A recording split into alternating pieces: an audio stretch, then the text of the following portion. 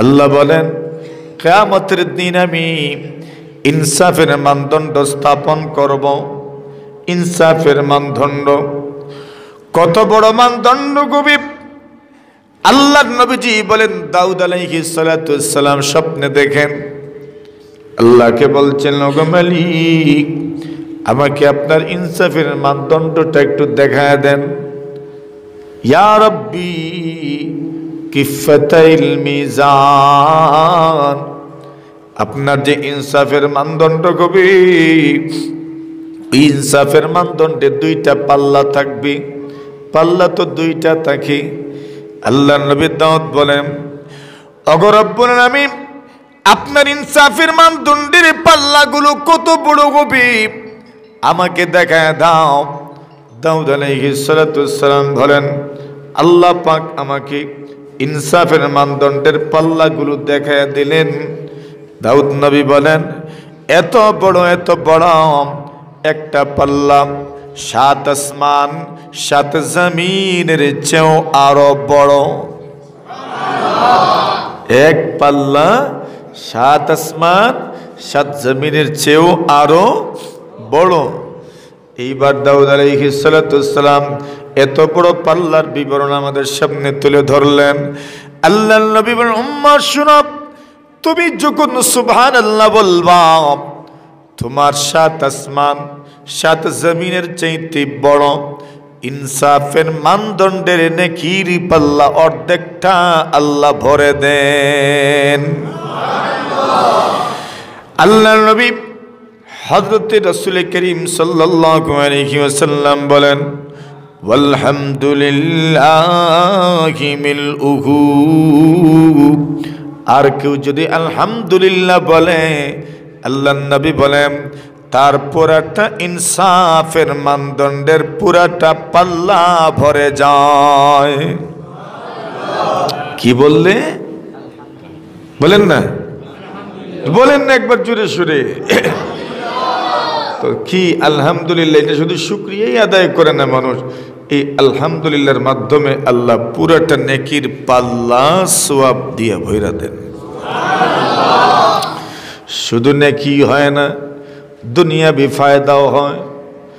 দুনিয়াবি ফায়দা কেমনে হয়?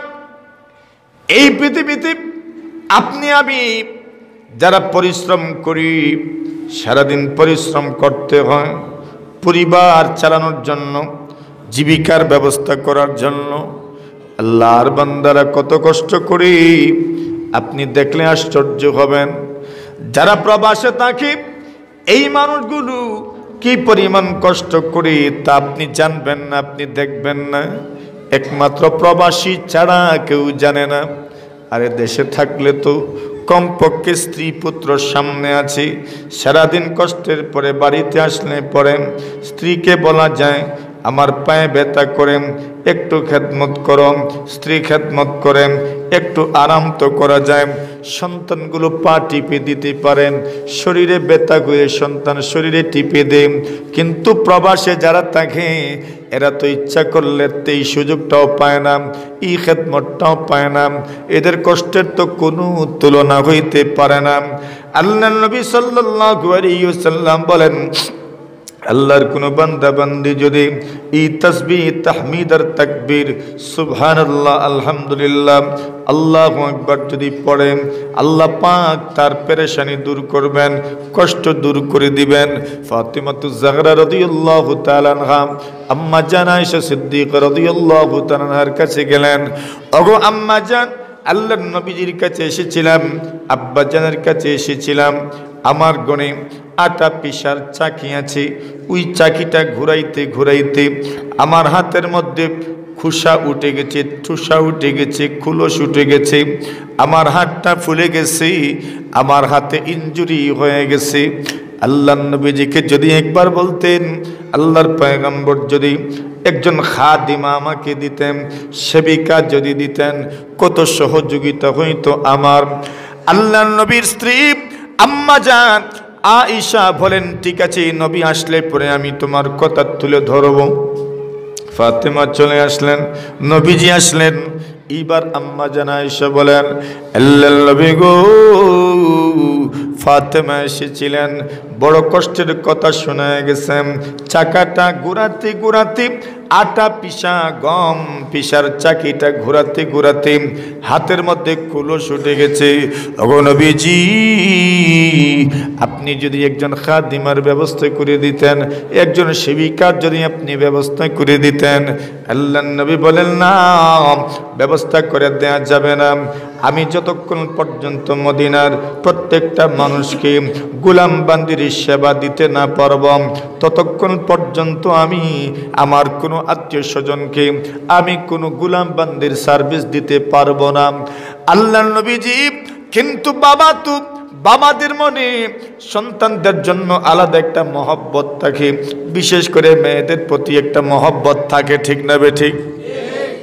সন্তানদের মহব্বত, বাবাদের অন্তরে এত বেশি মহব্বত, বাবারা সন্তানদের মহব্বতের জন্য নিজের জীবনটা পর্যন্ত বিসর্জন দিয়ে দেয়।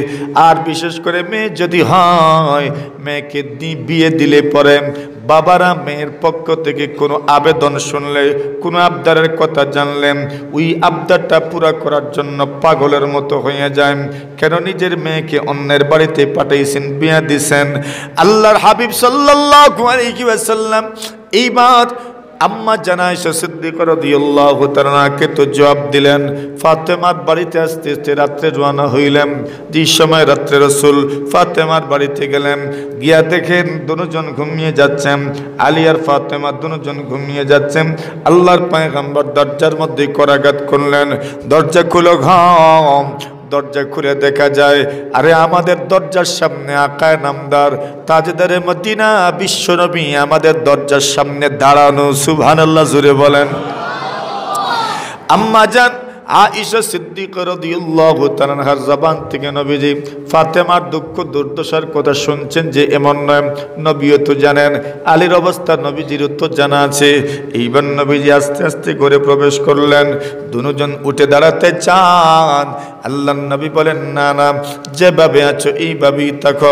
পয়গম্বর আলাইহিস সালাতুস সালাম দুইজনের ঠিক মধ্যখানে গিয়ে বসলেন। সুবহানাল্লাহ।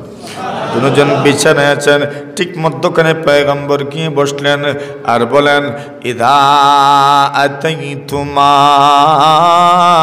মাদাজিহাকুমা। আল্লাহর নবীজি বলেন, এরে আলী আর ফাতেমা শোনো, যখন তোমরা রাত্রে ঘুমানোর জন্য বিছানায় আসবা, ফাসাব্বিহা ثلاثا وثلاثين واحمدا ثلاثا وثلاثين وكبرا أربعا وثلاثين। আল্লাহ নবী বললেন, এরে আলী আর ফাতেমা, তোমাদেরকে প্রবোধ দিব, সান্ত্বনা দিব, এমন কোনো ভাষা তো আমার কাছে নাই। তবে আমি তোমাদেরকে ক্লান্তি দূর করার, কষ্ট দূর করার আমি তোমাদেরকে আমল বলে দিচ্ছি। ওই আমলটা যদি তোমরা করো, শুধু তোমরা নয়, কিয়ামত পর্যন্ত আমার যত উম্মত, আমার যত উম্মতের পুরুষ নারী, যত বান্দা বান্দি এই দুনিয়াতে আসবে, প্রত্যেকের জন্য এই আমল। আল্লাহর পয়গম্বর বলেন, যখন রাত্রে বিছানায় যাইবা, তখন 33 বার পড়বা সুবহানাল্লাহ, 33 বার পড়বেন আলহামদুলিল্লাহ, 34 বার পড়বেন আল্লাহু আকবার। বুখারী শরীফের রিওয়ায়াত, বুখারী শরীফের রিওয়ায়াত। আল্লাহর নবী বলেন, যখন বিছানায় যাইবেন, ঘুমাইতে যাইবেন, 33 বার সুবহানাল্লাহ, 33 বার আলহামদুলিল্লাহ, 34 বার আল্লাহু আকবার। আল্লাহর নবী বলেন, কেউ যদি এই তাসবিহগুলোর উপর আমল করতে পারে, আল্লাহর নবী বলেন, সারা দিনের যত কষ্ট, যত পরিশ্রম আল্লাহ তাআলা এই তাসবিহের বরকতে দূর করে দিবেন। তাহলে শুধু সওয়াব হয় না, দুনিয়ার ফায়দাও আছে না নাই? জোরে বলেন, দুনিয়ার ফায়দাও আছে। কেউ যদি মনোযোগ সহকারে পড়বেন, ইনশাআল্লাহ আজকে রাত্রের থেকেই শুরু, ইনশাল্লাহ। শুধু আপনারা না, স্ত্রীদেরকে বলে দিবেন, বোনদেরকে বলবেন, বাগ্নীদেরকে বলবেন, বাতিজিদেরকে বলবেন, বাবিদেরকেও শোনায় দিবেন।